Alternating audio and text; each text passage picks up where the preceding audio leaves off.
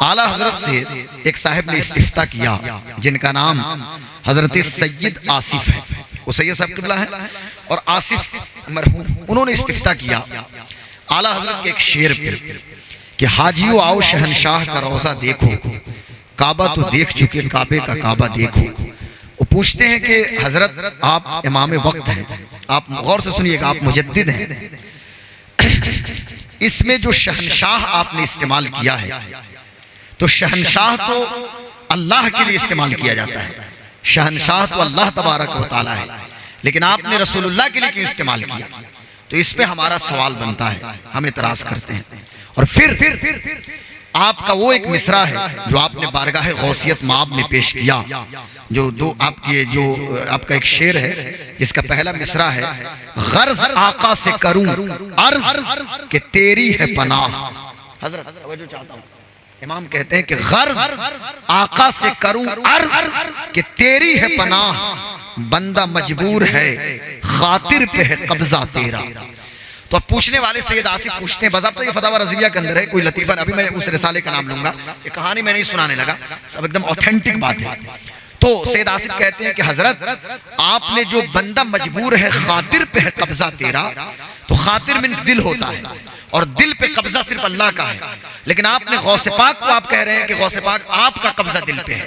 तो हमारा सवाल आपसे ये है कि आपने कैसे ये कह दिया कि शेख अब्दुल कादिर जिलानी आपका कब्जा हमारे दिल पे है? गौर से सुनिएगा। अब मेरे इमाम चाहते तो एक पेज पे भी जवाब दे सकते थे, इमाम चाहते तो 2 पेज 3 पेज पे भी जवाब दे सकते थे, लेकिन आला हजरत ने 60 पेज मुश्तमिल एक रिसाला लिखा। रिसाले का नाम है फिक्र शहनशाह इन्नल कुलूबा बेयदिल महबूब बेअताइल्लाह। ये पूरे किताब का नाम है, ये किताब रिसाले का नाम है जो 60 अबव पेजेस पे मुश्तमिल है।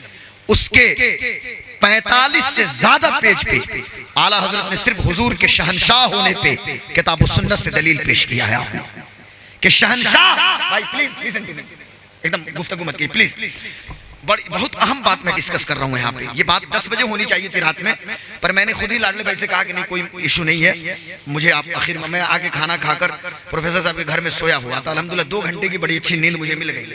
तो नींद पूरी हो जाए तो फिर तो बात बन जाती है, 2 घंटे ही काफी है, 24 घंटे में 2 घंटे अगर सो लें तो ठीक है, पर आप 2 घंटे मत सोइएगा, आप 6 से 8 घंटा सोइएगा। वो हम लोग का अलग डिपार्ट है कि 1 घंटे में भी बात, कभी कभी तो वो भी नहीं हो क्या हजरत, कभी कभी तो पूरी रात और दिन जगने के बाद भी फिर बयान आदमी करता है। पर मैंने आज अल्हम्दुलिल्लाह मैं सोया, थोड़ी देर यहाँ पे आराम कर लिया। तो बात क्या चल रही थी, बहुत अहम बात चल रही है। 45 से 50 पेजेस पे सिर्फ रसूल पाक के शहनशाह होने पे किताब सुन्नत से दलील पेश किया है। ये इमाम के कलम की तहारत है साहब। और उसके बाद के 20 पेजेस पे ये साबित किया है कि इंसानों के कुलूब गौसे आजम की मुट्ठी में है। और बाद में मेरे इमाम लिखते हैं, कमाल ये नहीं, बाद में लिखते हैं कि मेरे गौसे पाक ये करम आपका है कि आपने हम गुलामों का दिल अपनी तरफ फेर के रखा है, अपनी तरफ फेर के रखा है, अपने से नहीं फेरा है। तवज्जो चाहता हूं जुमले पे, अपनी तरफ फेर के रखा है, अपने से नहीं फेरा है। कभी भी अपने से मत फेरिएगा, अपनी तरफ ही फेर के रखिएगा। अब आइए मैं आपको बताता हूं एक चीज, कैसे लोगों का दिल गौसे पाक की मुट्ठी में है, गौसे आजम की मुट्ठी में। आला हजरत इमाम अहले सुन्नत इमाम अहमद रजा खान फाजिल बरेलवी की जो बातें, उससे पहले मैं कुरान शरीफ और एक हदीस शरीफ पेश करता हूँ। सूरह मरियम की वर्ष नंबर आयत नंबर 96 आयत नंबर की मैंने तिलावत की। और याद रखिएगा हमारे लिए मेन सोर्स अल्लाह की किताब कुरान है हजरत, मेन सोर्स कलामुल्लाह किताबुल्लाह, अल्लाह की किताब कुरान। और हर वक्त मैं रोजाना तकरीरों में कह रहा हूँ कि अपनी जिंदगी में कुरान को अपना इमाम बनाइए, कुरान इमाम होना चाहिए। कुरान और फिर कुरान जिन पे नाजिल हुआ यानी मोहम्मद रसूलुल्लाह सल्लल्लाहु अलैहि वसल्लम। तो हमारे लिए तो कुरान है, रसूल पाक सल्लल्लाहु अलैहि वसल्लम की बातें काफी है। कुरान मुकद्दस के अंदर अल्लाह तबारक व तआला ने, आज यहाँ पे हम बैठे हुए हैं, ये तो बगदाद शरीफ, इराक, बसरा, कूफा या अरब वर्ल्ड तो नहीं है, ये इंडिया में बिहार में सीवान, और सीवान में एक देहात का इलाका, ये भी तो एकदम शहर तो नहीं है, मतलब शहर से सटे है पर दूर है ना, सीवान तो करीब नहीं है, 6-7 किलोमीटर होना चाहिए मेरे ख्याल से। तो हम यहाँ मौजूद हैं, लेकिन यहाँ हम शाम से अब तक बैठे हुए गौसे आजम का जिक्र हो रहा है। वजह क्या है, कभी आपने गौर किया? 886 साल हो गए हजरत, 886 साल हो गए गौसे आजम को पर्दा फरमाए हुए। 9 सदियों के दरवाजे पे हम बैठे हैं। परदादा के बाप का नाम हमें पता नहीं है, लेकिन गौसे आजम के दादा का भी नाम पता है, और इमाम हसन तक पूरा सिलसिला नसब हमारी निगाहों के सामने मौजूद है। वजह क्या है भाई, मुझे बताइए। अपनी नानी के नानी का नाम याद नहीं, और गौसे आजम की अम्मी से होते हुए इमाम हुसैन तक हमें याद है, और बच्चे बच्चे को याद है। वजह क्या है कि 886 साल के बाद यहाँ बैठ के हम गौसे आजम की बारगाह में खराज अकीदत पेश कर रहे हैं। अल्लाह फरमाता है कुरान शरीफ के अंदर, इन्नल्लज़ीना आमनू व अमिलुस्सालिहाति सयजअलु लहुमुर रहमानु उद्दा। बेशक जो लोग ईमान वाले हैं, ये कुरान पढ़ रहा हूँ, बेशक जो लोग ईमान वाले हैं और जिन्होंने नेक अमल किया, अल्लाह तबारक व तआला लोगों के दिलों में उनकी मोहब्बत को डाल देगा। ये मोहब्बत गौसे आज़म ये मेरी तकरीर की वजह से नहीं है, मैं नहीं था, लेकिन शेख अब्दुल कादिर जिलानी का जिक्र हो रहा था। अभी हजरत साहब किबला अभी जस्ट बगदाद शरीफ से आए, अभी सैयद साहब किबला बगदाद शरीफ तशरीफ ले गए थे अपने जद्दे अमजद की बारगाह में। सरकार गौसियत माब में तशरीफ ले गए थे बगदाद शरीफ, करबला, मुअल्ला, नजफ, अशरफ, पूरे इराक का दौरा करके भी हजरत तशरीफ लाए हैं। तो सुभान अल्लाह, ये तो नूरुन अला नूर है, क्या पूछना है, माशाअल्लाह। तो हमारे सामने मौजूद हैं, तो अभी वहां से होके आए हैं बगदाद शरीफ से। तो बताना ये आप हजरात से कि ये मोहब्बत मेरी तकरीर की वजह से नहीं है, मेरी तकरीर नहीं थी, फिर भी गौसे आजम का जिक्र था। कल मैं नहीं रहूंगा, लेकिन फिर भी गौसे आजम की मोहब्बत आपके दिल में मौजूद रहेगी। वजह क्या है? वजह सिर्फ यही है कि उन्होंने पूरी जिंदगी सिर्फ और सिर्फ अल्लाह अल्लाह अल्लाह बस, बाकी हवस, जो कुछ किया सिर्फ अल्लाह की रजा के लिए। खिताबत करते थे, लाखों लाख का मजमा होता था, मकसद नामो नमूद नहीं बल्कि अल्लाह की खुशनुदी। मदरसा कायम किया ताकि अल्लाह राजी हो जाए, खानकाह कादरिया की बुनियाद डाली ताकि अल्लाह राजी हो जाए। लोगों के कुलूब का तज़किया कर रहे हैं अल्लाह की खुशनुदी के लिए। पूरी जिंदगी सिर्फ अल्लाह अल्लाह। 91 साल की उम्र में जब इंतकाल किए तो अल्लाह ने उनको गुमनाम नहीं किया, बल्कि क़यामत तक मुसलमानों के दिलों में उनके नाम को जिंदा फरमा दिया है। और एक चीज मैं आपको और बता देता हूं, बहुत अहम बात है। कुछ लोग होते हैं, कुछ लोग जो बड़े नेम एंड फेम के मालिक होते हैं, लेकिन ये जरूरी नहीं है, बहुत बड़ी अहम बात है ये भी, ये जरूरी नहीं है कि हर शख्स उनको जाने या पब्लिक डोमेन में लोगों के बीच उनका जिक्र हो। लेकिन क्या वजह है कि हिमालय की तराइयों में जाइए, नेपाल के उन इलाकों में चले जाइए, तिब्बत और भूटान के उन दुर्गम क्षेत्रों में जाइए, दूरउफ्तादा इलाकों में, एक साड़ी पहनने वाली भी औरत है ना, कि जिसको सर पे पल्लू रखने का तरीका नहीं पता, लेकिन अगर मुसलमान है तो वो भी जबान से कहती है गौसे पाक शेख अब्दुल कादिर जिलानी बड़े पड़े। आप मुझे बताइए, किसी हल चलाने वाले के पास जाके गैलीलियो का फार्मूला सुना दीजिए, न्यूटन का मोशन लॉ सुना के आइए, अल्बर्ट आइंस्टाइन का रूल ऑफ रिलेटिविटी सुना के आइए, और कहिए कि भाई दादानगर के खेत में आप काम करते हैं, आप न्यूटन को जानते हैं, आप न्यूटन के मोशन लॉ को जानते हैं, आप अल्बर्ट आइंस्टाइन को जानते हैं, आप गैलीलियो को जानते हैं, तो चाबुक से जो बैल का इलाज करता है उससे आपका इलाज कर देगा। भाई उसको क्या पता न्यूटन के बारे में, तवज्जो चाहता हूं, उसे क्या पता गैलीलियो के बारे में, उसे क्या पता अल्बर्ट आइंस्टाइन के बारे में। लेकिन सुनिए, अभी इंग्लैंड के कैम्ब्रिज की रिसर्च है कि शोहरत का जो मेयार है और मकबूलियत के जो दर्जे हैं, एक तो है कि अहले इल्म में कोई मकबूल हो, अहले इल्म को जाने, और एक मकबूलियत का मेयार ये है कि अहले इल्म भी जाने और जिनके पास इल्म ना हो वो भी उनके बारे में उनको भी इल्म हो। अब इस मामले में कैम्ब्रिज का प्रोफेसर कहता है कि इस्लामिक वर्ल्ड में मुसलमानों के नबी मुहम्मद रसूलुल्लाह के बाद अगर सबसे ज्यादा किसी का जिक्र होता है तो शेख अब्दुल कादिर जिलानी का जिक्र होता है, गौसे आज़म के तज़किरा। ये बड़ी जिम्मेदारी से मैं कह रहा हूं। कौन है गौसे आज़म? आलमे अरवाह में गौसियत कुबरा के मनसब पे फाइज थे, और आला हजरत ने तो जो कुछ जिक्र किया है हम बयान कर दें तो हंगामा खड़ा हो जाए। क्या है गौसे पाक और क्या शान है सरकार बड़े पीर की। बंदा, मेरे इमाम ने कहा ना कि बंदा मजबूर है, खातिर पे है कब्जा तेरा। ये मोहब्बत जो हम कर रहे हैं ना, सही बुखारी की हदीस आपको मैं सुना देता हूँ। हम क्या मोहब्बत करते हैं भाई? हमसे पूछते हैं कि मैं मोहब्बत करता हूँ, आप मोहब्बत करते हैं? सही बुखारी शरीफ के अंदर है, अल्लाह के रसूल सल्लल्लाहु अलैहि वसल्लम इरशाद फरमाते हैं, इज़ा अहब्बल्लाहुल अब्द, जब अल्लाह किसी बंदे से मोहब्बत करता है, अल्लाह किसी बंदे से मोहब्बत करता है, नादा जिब्रील, तो जिब्रील अलैहिस्सलाम को निदा दी जाती है। और जिब्रील से अल्लाह फरमाता है कि ये मेरा बंदा है, मैं इससे मोहब्बत करता हूँ, तू भी मोहब्बत कर। तो हजरत जिब्रील मोहब्बत करते हैं। और फिर जिब्रील नहीं करते, हजरत जिब्रील आसमान में फरिश्तों के बीच ऐलान करते हैं, फिर सारे फरिश्ते मोहब्बत करते हैं।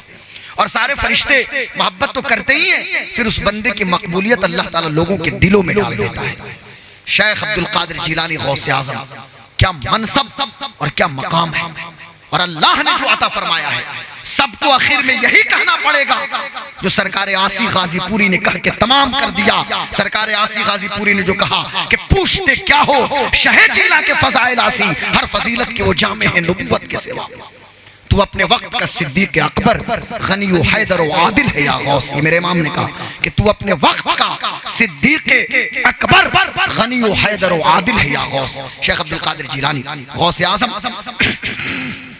के कारनामे और उनकी खिदमत पे इस मुख्तसर से वक्त में मैं क्या बयान करूं।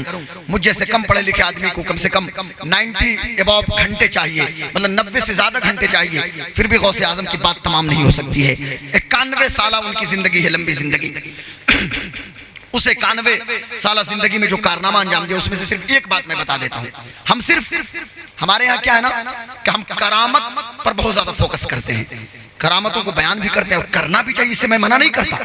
क्योंकि इस मेट्रालिस्टिक दौर में, दौरे मादियत कि जहां स्पिरिचुअलिटी से इंसान दूर हो रहा है, रूहानियत से, करामतों का बयान भी जरूरी है।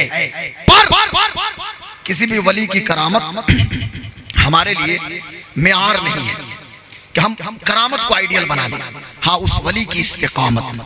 शेख अब्दुल कादिर जिलानी गौसे आजम ने कितना बड़ा काम किया पता है आपको। मेरे गौस पाक ने जिस मदरसा कादरिया की, इसी पे मैं तवज्जो चाहता हूँ, जिस मदरसा कादरिया की बुनियाद डाली थी बगदाद शरीफ में, उस मदरसा कादरिया में एजुकेशन के कौन ऐसे डिपार्टमेंट नहीं थे कि जहां मौजूद न हो। और खुद गौसे आजम 13 घंटे पढ़ाते थे, बच्चों के क्लासेस लेते थे। जोहर के बाद से इल्म क़िरात, वो कौन ऐसा इल्म नहीं है, इल्म तफसीर हो, इल्म हदीस हो, इल्म अस्माउर रिजाल हो, इल्म तखरीज हो, हर इल्म का दर्स देते थे। और जब साल के बाद बच्चों की दस्तार होती थी, 500 तलबा हर साल आपके मदरसे से निकलते थे, तो फिर गौस पाक उनको छोड़ते नहीं थे, उनको बाज़ाब्ता पूरे इस्लामिक वर्ल्ड में डिप्यूट करते थे। और जहां उनको भेजना होता था उस इलाके की जबान भी सिखाते थे, और जबान सिखा के फिर उन इलाके में डिप्यूट करते थे। शेख अब्दुल कादिर जिलानी गौसे पाक रज़ी अल्लाह तआला। अब जो वो बंदा जाता था, वो शख्स जब जाता होगा तो क्या वो इस्लाम को रिप्रेजेंट नहीं करता होगा? भाई गौस पाक के शागिर्द हैं, आप हैरान हो जाइएगा। गौसे आजम के एक शागिर्द हैं जिनका नाम इब्ने कुदामा रजब हम्बली है। जब सुल्तान सलाहुद्दीन अय्यूबी मिस्र के गवर्नर हुए तो उनका वजीर अगर कोई था रिलीजियस डिपार्टमेंट का, तो कोई और नहीं बल्कि गौसे आजम के मुरीद और गौसे आजम के शागिर्द इब्ने कुदामा रजब हम्बली रहमतुल्लाह अलैह थे। अब क्या कहिएगा भाई, आप कहते हैं सियासत। मैं तो कहूंगा कि उस दौर में मेरे गौसे आजम हर महाज पे, इकोनॉमिकली, सोशली, रिलीजियस तौर से, भाई आप तो रिलीजियस लीडर तो हैं, लेकिन इकोनॉमिकली, सोशली, एजुकेशनली, पॉलिटिकली अगर किसी ने हमें लीड किया है और क़यादत के फराइज़ को अंजाम दिया है, तो इमाम हसन के शबिस्तान के चांद और हजरत इमाम हुसैन के खानवादे के फर्द हजरत शेख अब्दुल कादिर जिलानी गौसे आजम ने। और बस आखिरी बात सुन लीजिए मेरे गौस पाक। अब जब खानदान की बात आएगी तो आप दंग रह जाइएगा। गौसे आजम वो हैं कि आज उसी गौस पाक के खानवादे के शहजादे यहाँ मौजूद हैं। इनके दादा शबीह गौसे आजम हजरत अल्लामा सैयद तकी जिलानी रहमतुल्लाह अलैह, सैयद तकी जिलानी रहमतुल्लाह अलैह। अल्लाहु अकबर, सुभान अल्लाह। कि अल्लाह ने वो हुस्न और वो जमाल और वो खूबसूरती अता फरमाया था कि बचपने में एक बार वो गालिबन जुब्बा या इमामा ज़ेबतन कर लिया आपने, तो फिर हालत ये हो गई कि कई दिन तक बीमार रहे, यानी लोगों की नजर लग जाए। इतना इस कदर खूबसूरत और हसीन के जिस रास्ते से गुजर जाएं लोग देखते थे तो चेहरा देख के ईमान लेके आ जाते थे। ये गौसे आजम की नस्ल के वो शहजादे कहीं और नहीं है, सरैया शरीफ में मौजूद है। सरैया शरीफ यही खानकाह हुजूरिया के अंदर हुजूर शबीह गौसे आजम और उनके बेटे हुजूर इमामुल औलिया सैयद कासिम जिलानी रहमतुल्लाह अलैह, इन्होंने तरीकत में अपना रास्ता खुद इख्तियार किया, अल्लाह तक रसाई की। और आज उनके शहजादे हमारे बीच में। ये कौन लोग हैं भाई? ये तो गौस पाक के शहजादे। और मेरे गौस पाक कौन है? बाप की तरफ से इमाम हसन तक इनका सिलसिला नसब पहुंचता है ना, और माँ की तरफ से इमाम हुसैन तक। और इमाम हसन और हुसैन कौन है भाई? ये तो आपको पता ही है।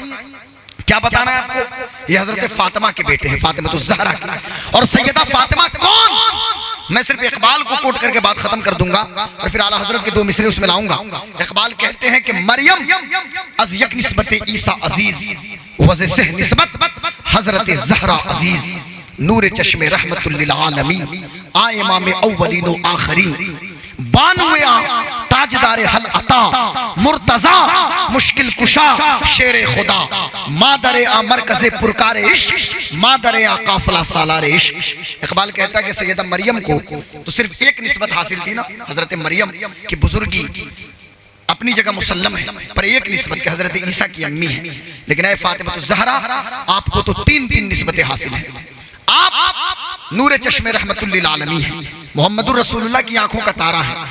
और नूरे चश्मे रहमतुल लिल आलमीन सिर्फ नहीं है बल्कि बानुए ताजदार हल अता मुर्तजा मुश्किल कुशा शेर खुदा। आप मुर्तजा मुश्किल कुशा शेर खुदा हजरत अली की बीवी है। तो अब इकबाल से जाके पूछे, उनका तो अकीदा हजरत अली को मुश्किल कुशा भी कह रहे हैं। कहा ना मुर्तजा मुश्किल कुशा, तो मुश्किल कुशा कौन होता है? तो फिर पूछिए। तो फिर इकबाल ने आगे कहा, इकबाल आगे कहते हैं कि एक निस्बत तो ये है, तीसरी निस्बत क्या है? मादरे आ मरकज़े पुरकार इश्क मादरे आ काफिला सालार इश्क कि सैयदा फातिमा ज़हरा आपको ये मनसब मिला है कि आप इश्क काफिला सालार सब्र के पैकर मुजस्सम इमाम हसन और इमाम हुसैन की अम्मी जान है। और इतने पे बात नहीं की। अब इकबाल की फिक्र देखिए और फतवा उन्हीं पे लगाइएगा, मुझ पे मत लगाइएगा। इकबाल आगे सीना ठोक के कहता है और डंके की चोट पे कहता है। इकबाल कहते हैं कि रिश्ते आईले हक जंजीर पास पास फरमाने जनाबे मुस्तफा वरना किरदे तुरबतश कर दी दमे सजदा बरखाक उपाशी दमे। ए सैयदा फातिमा ज़हरा, अगर आपके बाबा की शरीयत जंजीर बनके मेरे कदमों को न जकड़ती और मुझे न रोकती तो फिर आपके कब्र की मिट्टी होती और इकबाल की पेशानी होती। ये है मोहब्बत, ये सैयदा फातिमा का मकाम है।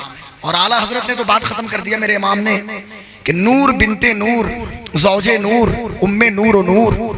सुनिए, ये नूर को कई बार मेरे इमाम ने, एक जगह तो मेरे इमाम ने कहा कि तेरी नस्ल पाक में है बच्चा बच्चा नूर का, तू है ऐने नूर तेरा सब घराना नूर का। तो ये तो कमाल है। लेकिन आगे मेरे इमाम कहते हैं नूर बिनते नूर ज़ौजे नूर उम्मे नूर और नूर नूरे मुतलक की कनीज अल्लाह रे लहना नूर का। अब इसको जरा सुन लीजिए सर, आप भी शायर हैं। यहाँ पे 7 टाइम्स 7 मरतबा आला हजरत ने नूर का इस्तेमाल किया है। नूर, तवज्जो चाहता हूँ, बड़ी अहम बात है। नूर और किनके लिए? फातिमा ज़हरा को मुखातब है। नूर बिनते नूर 2 बार हुआ, ज़ौजे नूर 3 बार, उम्मे नूर और नूर 5 बार, उम्मे नूर और नूर 5 बार, नूर मुतलक की कनीज 6, अल्लाह रे लहना नूर का 7 टाइम्स। अब क्यों भाई, समझने की बात है। कलाम भी तो आला हजरत का है। ये शेर कैसे समझ में आए? इसलिए कि बरेली के शेर का है। भाई शेर भी तो समझ में आना चाहिए ना। तो जरा सुनिए, मेरे इमाम कहते हैं नूर, ए फातिमा ज़हरा आप नूर हैं। तवज्जो, आप नूर हैं और फकत आप नूर नहीं हैं बल्कि बिनते नूर हैं, यानी आपके बाबा मोहम्मद रसूलुल्लाह नूर हैं और आप उनकी बेटी फातिमा आप, यानी मोहम्मद मुस्तफा भी नूर और आप भी नूर। नूर बिनते नूर ज़ौजे नूर, आपके शौहर अली नूर, आप उनकी बीवी नूर, आप फातिमा बीवी नूर, आपके शौहर अली नूर, यानी आप भी नूर शौहर भी नूर। उम्मे नूर और नूर, और सिर्फ उम्मे नूर और नूर क्या मतलब? कि आप माँ हैं तो आप तो नूर हैं, पर वो दोनों शहजादे हसन भी नूर हैं और हुसैन भी नूर हैं और उन नूरों की माँ आप भी नूर हैं। बात समझ में आ रही है भाई? नहीं समझ में आ रही? फान बाबू आपको तो बोलिए सुभान अल्लाह, जोर से बोलिए भाई। प्रोफेसर ज़िया कुतुबी साहब मौजूद हैं यहाँ पे।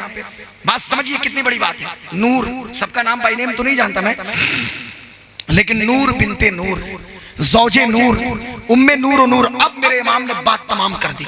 अब जो जिसको करना है, जिसके पेट में दर्द होने दीजिए, बात खत्म हो जाती है। कहते हो कौन है फातिमा? इमाम ने तो बात खत्म कर दी कि फातिमा ज़हरा, क्या जानो कौन है फातिमा? हजरत फातिमा ज़हरा नबी की बेटी फातिमा। और आज मैं अपनी बेटियों से एक बात कहूंगा और हाथ जोड़ के विनती करता हूं, मैं अपनी बहनों से, अपनी बेटियों से, अपनी माओं से, खुदा का वास्ता, तुम्हें हजरत फातिमा की चादर ततहीर का वास्ता, अपने रवैये में भी फ्लेक्सिबिलिटी मत लाओ, कोई भी लचीलापन नहीं, किसी किसी तरह का फ्लेक्सिबिलिटी किसी तरह की ना होनी चाहिए, इसलिए कि दिल के चोर बैठे हुए हैं सब, ये भेड़िए दरिंदे लोग घूम रहे हैं जो हर वक्त इंतजार में। एक साहब कहने लगे कि मेरी बेटी तो किसी को देखती नहीं, तो मैंने उनको फौरन जवाब दिया कि आपकी बेटी किसी को देखती नहीं तो किसने कहा उसको देखने के लिए, लेकिन इतना सुन लीजिए कि हजारों लाखों हवसनाक भेड़ियों और दरिंदों की निगाहों से तो महफूज नहीं रह रही है। अगर वो बेपर्दा रहती है तो हो सकता है कि ग्लैमर के नाम पे, हुस्न के नाम पे, खूबसूरती के नाम पे हमारी बेटियों को गुमराह करने की कोशिश की जाए, लेकिन कौम की बेटियों, कौम की शहजादियों, इन दरिंदों और इन लुच्चों लफंगों से कह देना कि दुनिया का हुस्न और दुनिया की खूबसूरती तुम्हें मुबारक हो। हम नबी की बेटी फातिमा की कनीज़े हैं, हमारे लिए फातिमा ज़हरा की सीरत मुबारक हो और उनकी जिंदगी मुबारक हो। रात के 3:20 हो गए, किसी तरह टाइम निकल, बस आखिरी बात सुन लीजिए। कहा इमाम ने नूर बिनते नूर, आप भी मुंह से बोलिए नूर, नूर बिनते नूर, और ये भी नूर बैठे हुए हैं, ये भी तो नूर ही है ना। नूर बिनते नूर, ज़ौजे नूर, उम्मे नूर नूर।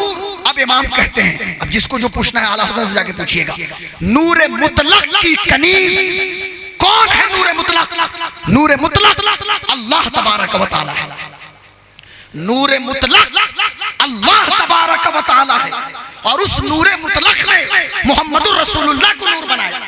हजरत उस नूर मुतलक ने मोहम्मदुर रसूलुल्लाह को नूर बनाया, और आप मोहम्मदुर रसूलुल्लाह की बेटी, आप नूर हैं, और सिर्फ बेटी नूर नहीं है बल्कि अल्लाह की कनीज आप हैं, और आप नूर हैं, नूर मुतलक की कनीज। और आगे अब तो जब 6 बार कह दिया तो फिर मेरे इमाम कहते हैं कि अब अपने लिए, मेरे इमाम ने अल्लाह रे लहना नूर का, कि अल्लाह इन नूरों के सदक़े में हमारे ईमान के नूर को और बढ़ा दे, हमारे अकीदे की मजबूती के नूर को और बढ़ा दे, हमारे अमाल के नूर को और बढ़ा दे।